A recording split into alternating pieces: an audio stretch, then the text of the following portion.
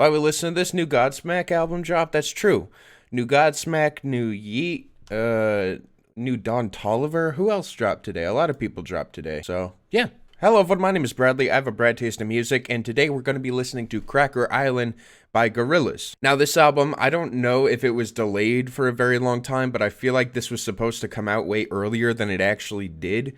And now that it's out, I see 10 songs, 37 minutes, and son of a... There is a song on this album titled Tired Influencer, which is literally me right now. Anyways, 10 songs, and already half of the songs were released as singles, which I think is kind of a bad sign. Now, I only actually listened to 2 of the singles, Cracker Island and New Gold, the 2 really big ones that came out pretty early. I just sort of ignored the rest of them. And I guess today we are going to be listening to 8 new songs for this project. So, now you just oh, what you trying to say, huh? That I ain't got no influence? Album's titled Cracker Island, which is pretty striking, I will say. So, it's probably going to be like a statement of racism and bullshit like that, so we'll see.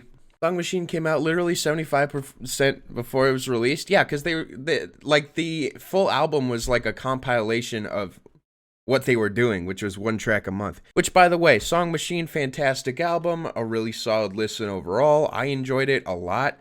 It was the first Gorillaz album in a minute that I actually really cared all that much about, as I felt like the previous projects just weren't doing much for me. I thought the Now Now might actually be their worst album, period, as it was the most boring and low-key thing that they had done up to that point. It's not even close. It just felt totally gutless. And Humans was a lot more risky, but unfortunately a lot of those risks didn't really pay off, and it ended up just sort of being a mediocre listen for me. So anyways, I'm hoping this is an improvement. Of course, you know, me, tired influencer that I am, going in, open-minded, as usual. First song, Cracker Island. They were planting seeds at night. What is this? In the end I had to pay. Told themselves to be a cow. You know what? I'm too tired to screw with the soundboard today. I'm not gonna ruin the album. I just want to listen. It's like a tick for me. I have to click the DJ Khaled button, or else maybe it's like OCD, or else the world's gonna end. Anyways, yeah, I like the instrumental a lot on this one. Thundercat does an amazing job. I think overall, this one is quite interesting lyrically as well. This line, where the truth was auto-tuned, specifically seems to just sort of refer to the truth not actually being the truth, but referring it to something music related, which I think is actually kind of cool.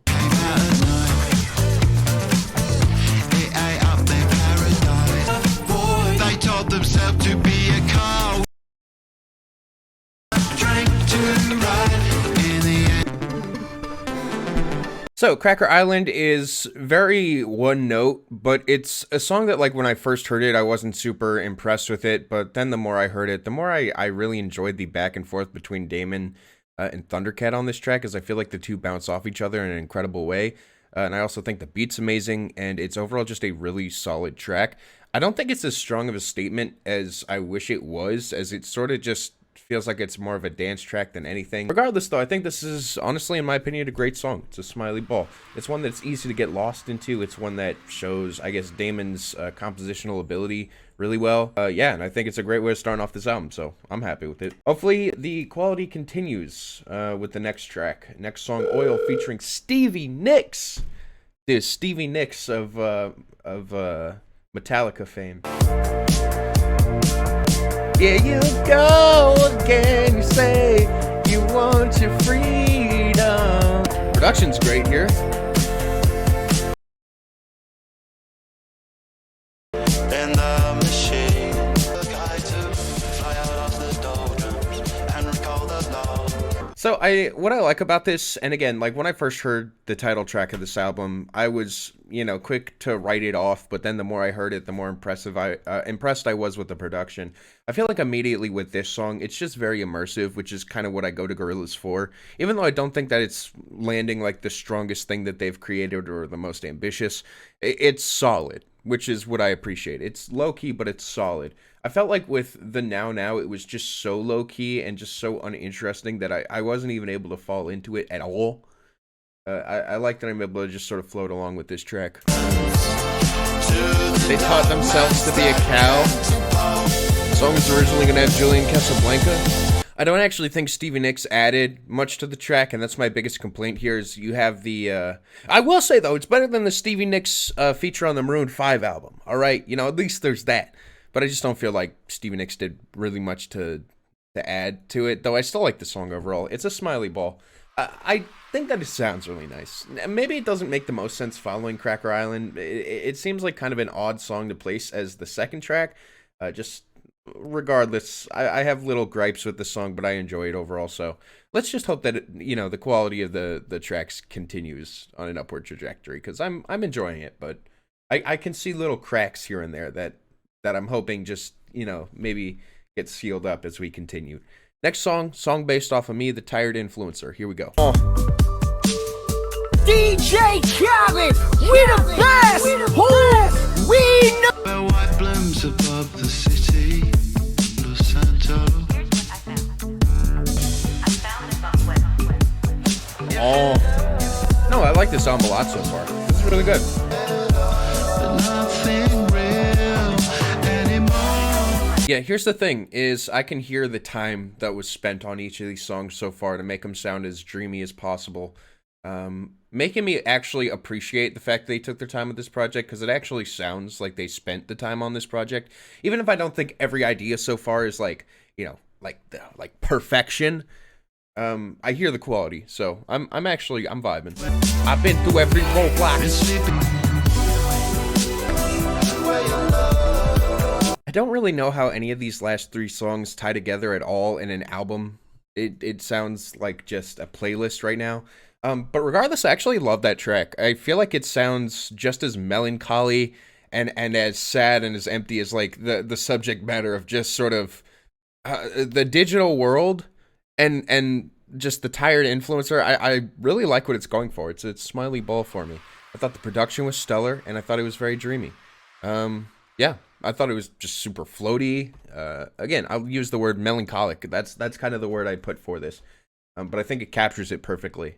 That's really easy to understand and, I guess, fall into. Next song, Silent Running, featuring Adelaide Omateo. I think it's a mixtape. I just feel like with a striking cover and striking title like this, you would think that maybe there would be more focus, I guess, is the first thing that I sort of am kind of confused about, but still. What's up, you guys? It's Bradley. If it looks like I just woke up, it's because I did. I fell asleep to this album. It's kind of boring, but the very beginning, still, the aesthetic is fantastic, and I gotta say that, there's something that just sort of blends about these three tracks. Yeah, maybe it's just marketing kind of sucking ass.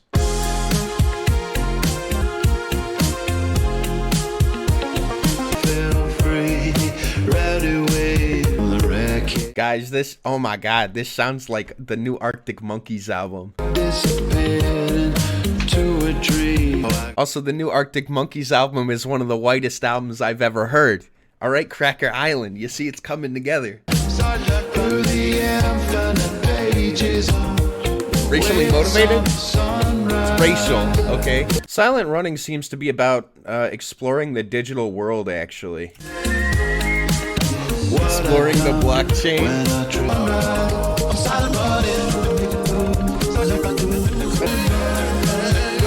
People in Rate Your Music are comparing the sound to Scaled and Icy. Bro, what? How's the album so far? Very low key, but super well produced. Seems like a more... you know what? I'm just going to say the word. I'm going to say this sounds like what Boomer Gorillaz would be. Just not as over-the-top and ambitious, trying to see a new, beautiful world, but rather a critique on the one currently being lived in, as kind of sucks, and everything feels very melancholy. This song, I think, is actually kind of redundant to the one we just heard, subject matter-wise, and I don't think really adds much to the project. It's one that's a pleasant listen, overall a light smiley ball, but I just don't really care for it all that much. Despite that, it just sort of was there and then kind of gone for me. In one ear, out the other, but sounded alright. I mean, I liked it. Next song, New Gold, featuring Tame Impala. Literally, Tame Impala is the first person, you wouldn't believe this, the first person to make psychedelic music. It's true. But I'm magical, there's a pretty one. Move to the spot, I'm one of a few. A whole lot of everything but nothing to do. This hair trending on Twitter's what some of us live for. Polish or bullshit keeps coming, maybe I'm a matador. Oh, bullshit Matador lines, huh? How original. So I believe this verse actually ruins the song, and I'd say that it's like the most boomer, shitty-ass rap verse you could possibly throw on here, and I genuinely think this song has grown on me, specifically the Tame Impala part, but I can't say that it's grown at all, like, you know, numerically, because this verse is just so ass. I mean, Booty Brown made a reference to Dare. That's the only thing really Gorillaz about this song. New Gold is extremely underwhelming and barely feels like a Gorillaz song. Even though this entire album so far feels like a playlist, this by far feels like it fits the least in this project. I thought the rap feature was absolutely horrible, and I think Tame Impala overstays their welcome and completely takes over the track. It's barely even noticeable when Damon Albarn shows up. I genuinely find this to just be a confusing, unsatisfying listen. It's a shrug. I don't like this one all that much, really at all. I think that it's just sort of messy, and no, it doesn't really do much for me. So kind of like it at times, where it's underwhelming. I mean, it's just like the other songs were at least more focused, even if more low key. And this one just kind of comes off like it's trying to do a lot at once without really knowing how to execute it, and it's just kind of annoying.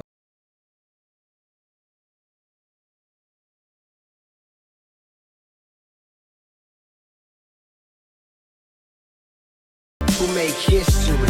DJ Khaled. Dude, wait, that actually was perfect. What the fuck? I didn't know anything about that song. Bro, what? Into a queen. She kept me in a Polaroid that was pinned on her wall. Under Garuda's mirror light. Yeah. Bro, this was another single? Bro, what? I fell into the vanity. Bro, this one is just super uninteresting. I mean, this one is just putting me to sleep right now. Even though I'm pretty sure this is the song that I literally fell asleep to, I'd say it grew a little bit. This was on a Lil Yachty's album. You guys would like it. Wow. Baby Queen, despite doing everything right in terms of, like, the structuring of this track, it's just so boring to me. It's a shrug. I don't really care about the story, the Baby Queen crap. I just find it to be such a snoozer. I mean, Humans was literally like the opposite of Song Machine, where it literally was just like the features ran the show. I don't know, man. Baby Queen just sort of shows that maybe Gorillaz just doesn't have it in them to keep a track interesting the entire way through. So I don't know, man. This one was a total flop for me. It's a shrug. Next song, Tarantula. Lil Tyke's first piano. Come again. Green velvet in a passing down. These songs are identical? Not really. Just because, again, Damon Albarn is singing in a sort of melancholic way, and it is somewhat samey across a handful of the tracks here, I feel like it's different enough, and then at the same time it connects enough with the sound. It just doesn't.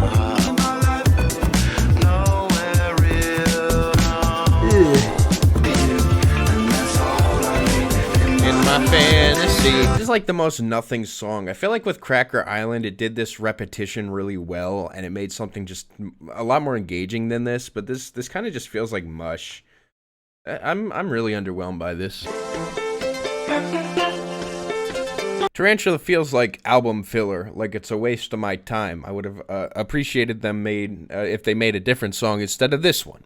So I just think it's incredibly dull. It's a low shrug. Red Headphones, this one shrunk. It sounds like crap compared to the other songs on this album. The instrumental is really kind of weird with some odd choices, especially just that really weak MIDI default piano, and singing is just, again, super low key to the point of where I feel like I'm falling asleep, but it's not giving me interesting enough lyrics for me to care about it, so just sort of in that awkward spot. Next song, Tormenta, featuring Bad Bunny of all people. Bad Bunny! Hey! You know what? Maybe it's gonna be a banger. You know, Dame tu cosita, right? That's Bad Bunny, right? Oh, shit. Oh, no. Guys, I didn't mean that in a racist way. Whoa, hold on, guys. Chill, okay? Listen, I deserve to be an influencer even if I'm hired. You gotta believe me. Hey, listen, okay? It's been a mistake. You gotta call my lawyer. I've been framed. Also, this animation's gonna cut off early because I forgot to change it to be beyond 30 seconds.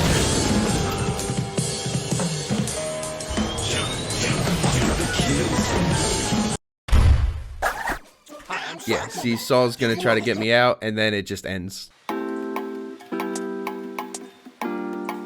DJ Khaled, we the best. Who we know. I represent the ghetto. Okay, so Gorillaz make a reggaeton song so they can have Bad Bunny on their album, instead of the other way around, making a Gorillaz song and trying to have Bad Bunny, you know, at least weld to their style. It's once again the other way around. Immediately I'm disappointed, just off the bat, because I've never heard Gorillaz do this style, and it does not fit the album at all. The fuck is that bass? Why even bother? Y'all just haters? Hector Salamanca? Now that's racist. No, that's actually racist. Yeah, I thought that was the worst song of the album so far. It's something that I feel like there is a certain vibe that it provides, but I just don't really understand why it's here. It just sounds like a Bad Bunny leftover with an underwhelming, poorly produced reggaeton beat. For me, it's a Red Headphones. I think it's the worst of the album so far. Just a very nothing song. Next song's Skinny Ape. Fuck all you hoes. Detroit till I die, motherfucker. Hell yeah, Kid Rock. There will be time and there will be a sign. Let's take on a vacant lot. Hey. I'm a cartoon G. Breaking the fourth wall. Amazing. Song's almost 5 minutes long. Is that real? It's like if Kermit the Frog starts saying, "I'm just a puppet frog." You know what I mean? Can you imagine that if he made a song about how he's just a puppet frog? Right? That's what it feels like I'm listening to right now. Oh, I ruined the song. You're right. Gotta reset. Hey! Now, I think Skinny Ape starts off kind of weak, and I don't like some of the self-awareness of it. It kind of coming off as really like a poor approach to things and sort of like the easy way out of like doing something creative. Though I think the second half is fantastic. I think the second half is great, and I think that it really turns it into something that Gorillaz hasn't done yet. In a creative and awesome way, though. That being said, I don't think it's really all that worth it to sit through the beginning to get to this, honestly. I see what I like about a song like Empire Ants, right? For example, both sides of the coin are amazing. This one only really has one interesting side, and it's at the back half, too, which is always not preferred. Shrug. I can't say always, but in this case. I think you're better off being a political channel.